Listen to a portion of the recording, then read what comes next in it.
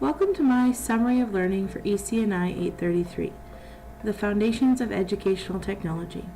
You can follow my learning journey with me on Twitter or on my blog. When we began our journey in eci833, we looked at the history of educational technology. From there, we looked at theories. Then we looked at practices and how both the history and theory impact our teaching today. In order to discuss educational technology, we must understand what we already know. Before discussing what we think educational technology is, we need to understand what we believe it is, and also what we believe it is not. In any educational setting, there's always going to be a learner, and there always will be a facilitator. However, the role of each of those has changed drastically over the years. Whenever you discuss the history of something, it's always important to talk about where you started. Take this for consideration. The chalkboard was once considered new technology. Radio was once considered new technology. TV broadcasting was once considered new technology.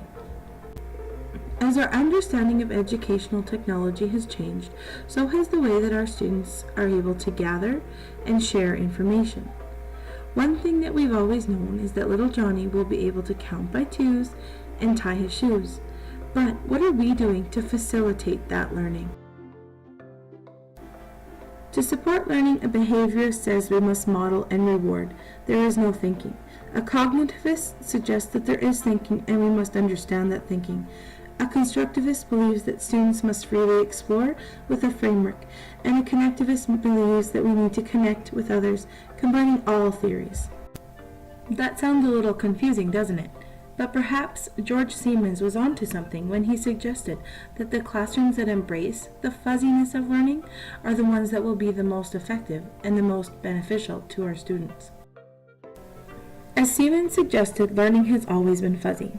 When we embrace educational technology today, we are also having to embrace the World Wide Web. When the World Wide Web first began, it was considered Web 1.0. We could collect information, but that was about it.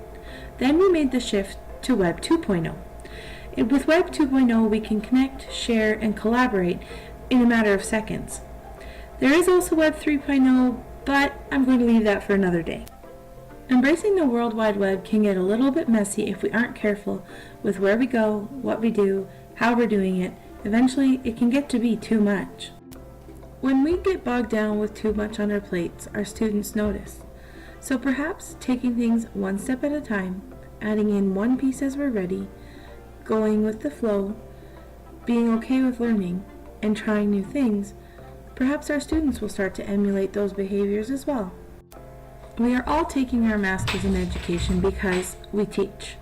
One thing we might want to consider is where in the world are our students? Can we only teach students that are close in proximity? No, through this course we've learned that we can learn anywhere in the world. We can even be taught from anywhere in the world, right, Alec? When implementing educational software and media into our classrooms, we must understand that not all software and media is designed for education. We must set our purpose. Perhaps our purpose could be to have our students produce and present something that they have learned or been working on. There are many different ways and platforms for students to be able to do this. Khan Academy, Seesaw, Explain Everything, or Show Me. The opportunities are really endless. Technology today truly allows us to take learning outside the classroom. Virtual and augmented reality allows us to take our students to the jungle, through the human body, and into the galaxies above in order to learn about our world. With learning comes assessment. Perhaps this course has taught us that we no longer need to perpetuate the fear of the red pen. What we now know is that we can teach our students to show and share what they know in many different ways, and we can also accept seeing what they know and having them share what they know in many, many different ways. Considering what we now know, I think it's fair to say that educational technology equals opportunity. Opportunities for learners and opportunities for teachers.